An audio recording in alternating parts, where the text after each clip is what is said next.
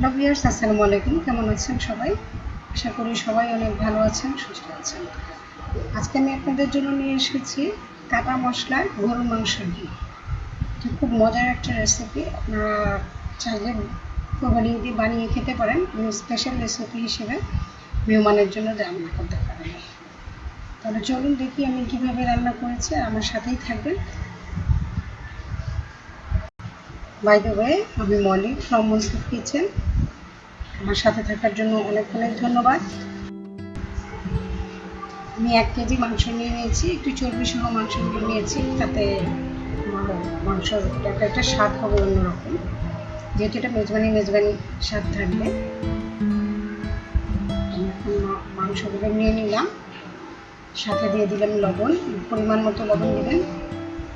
লবণটা বুঝে দেবেন, লবণ বেশি হলে কিন্তু খাওয়া যাবে না। তেজপাতা 2টো, এলাচি 4টা এবং দারচিনি এলাচি দিলাম 1 টুকরা। এবার আমি এগুলো দিয়ে একটু রান্না করে নেব। মাংসের যে পানিটা, সেই পানিটা একটু শুকিয়ে নিলাম। এখন আমি এটাকে দিয়ে দেবো আদা চেঁচা আর গার্লিক আমি আস্তে দিয়েছি। এখানে আমি পেঁয়াজ বেরেস্তা চুর করে দিয়েছি, সাথে একটু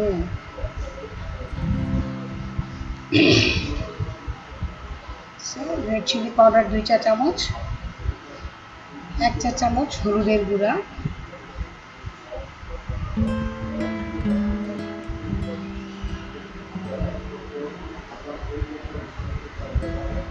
এবার এই সমস্ত উপকরণগুলো আমি একসাথে মিশিয়ে নিব। এখানে আমি আর অন্য কোনো মশলা ইউজ করব না। এই মশলা দিয়েই আমার তরকারিটা রান্না হয়ে যাবে। খুবই মজার একটা তরকারি। পানি দিয়ে দিলাম, পরিমাণ মতো পানি দিয়ে এবার এটাকে আমি ঢেকে রান্না করব 1 ঘন্টা। মিডিয়াম টু লো হিটে রেখে দেবো। 1 ঘন্টা পরে আমার মাংসটা আমি একটু চেক করবো যে মাংসটা কমেছে কিনা। তো আমার মনে হয় মাংসটাতে আরেকটু পানি লাগবে। আবারও একটু পানি দিয়ে ঢেকে আবারও রান্না করব। আধা ঘন্টার মতো আমি রান্না করব। দেখুন কালারটা কত সুন্দর হয়ে গেছে। এবার আমি এই পানিটা দিয়ে এবং কাঁচামরিচ দিয়ে দিলাম। এবার আমি এটাকে ঢেকে 1 ঘন্টা পর্যন্ত রান্না করব। ভালো লাগলে লাইক করবেন। রান্না হয়ে গেছে। এবার আমি এটাকে ডিশ আউট করে নিব।